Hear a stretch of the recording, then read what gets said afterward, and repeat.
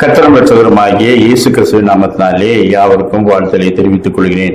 ஜெர்மனியில் உள்ள பெர்லின் நகரிலே அமெரிக்க கடற்படையை சேர்ந்த பல வீரர்கள் ஒரு டார்மெட்டரியிலே தங்கியிருந்தார்கள். அப்பொழுது அமெரிக்கர்களை வெறுக்கின்ற சில விசமிகள் அந்த டார்மெட்டரிக்கு தீ வைத்து விட்டார்கள்.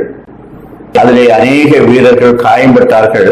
சிலர் உயிருக்கு போராடி கொண்டு முடிவாக இறந்தும் போனார்கள். உலக நாடுகள் எல்லாம் அந்த தீச்செயலை கண்டித்தன.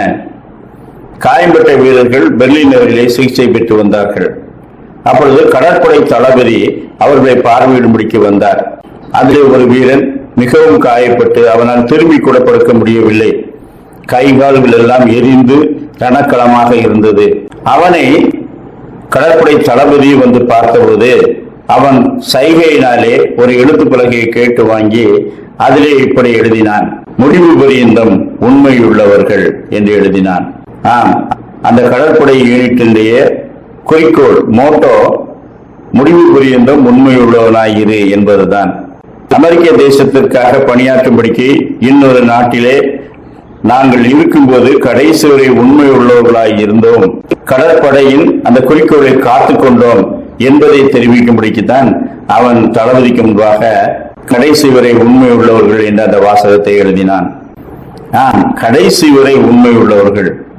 நாம் இழந்து போனாலும், பெற்றுக்கொண்டாலும், துன்பப்பட்டாலும், சந்தோஷப்பட்டாலும் கடைசி வரை கர்த்தருக்கு உண்மை உள்ளவர்களாய் இருக்க வேண்டும்.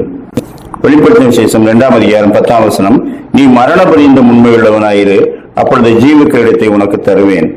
கிறிஸ்துவின் நிமித்தம் தன் ஜீவனை இழந்து போகிறவன் அதை ஆதாயப்படுத்திக் கொள்வான். எனவே கர்த்தருக்காக மரண பரியந்தம் நாம் உண்மையுள்ளவர்களாக இருந்து இந்த உலகத்திலே போராடுவோம்.